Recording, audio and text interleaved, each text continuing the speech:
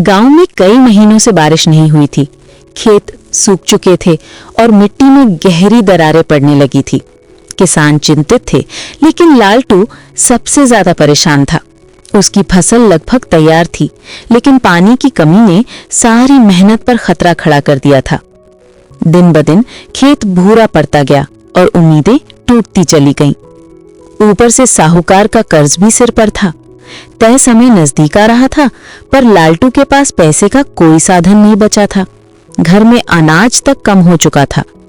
इस मुश्किल समय में लालटू का मन हर दिन थोड़ा और भार से दबता गया रहा था। एक सुबह वो जंगल की तरफ चला गया। शायद अकेले में उसे समाधान मिल जाए, या शायद वो सिर्फ अपने परेशान मन को आराम देना चाहता था। चलते चलते उसकी मुलाकात एक बूढ़े फकीर से हो गई, जिसने उसकी परेशानी को चेहरे से ही पहचान लिया। फकीर ने उसे जंगल के अंदर एक पुराने सूखे कुएं का रास्ता बताया और कहा कि ये कुआं जरूरतमंदों के लिए चमत्कार करता है, बस लालच नहीं होना चाहिए।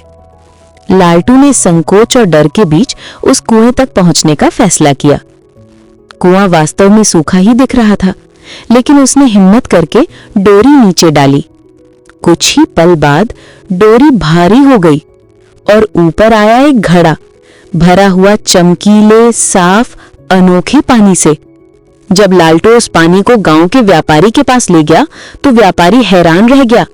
वो पानी बहुत महंगा बेचने लगा। पहली बार लालटू के हाथों में उम्मीद ने आकार लेना शुरू किया। कुछ दिनों में उसने इतना कमा लिया कि साहूकार का पुराना कर्ज भी चुका दिया और घर के खर्च भी चलने लगे। लेकिन यह बदलाव साहूकार को रास नहीं आया। वो लालटू का पीछा करते हुए जंगल पहुंचा, उस चमत्कारी कुएं को खोजने के लिए। लेकिन लालच से भरे मन के कारण उसे वहां वही चमत्कार नहीं मिला। कुआं उसे सिर्फ गंदा, बेकार, कीचड़ भरा पानी देता रहा। अगले दिन जब लालटू आखिरी बार फकीर को धन्यवाद कहने गया, तो फकीर ने समझाया कि चमत्कार सिर्फ नेक दिल इंसानों के लिए होते हैं। कुआं किसी लालची व्यक्ति के लिए कभी नहीं खुलता। फकीर ये कहकर जंगल में कहीं खो गया और कुएं की चमक भी उसके साथ गायब हो गई। लालटू घर लौटा, अपनी जिंदगी नई शुरुआत के साथ जीने लगा। उसकी मेहनत और सच्चाई से गांव के लोग भी प्रेरित हुए।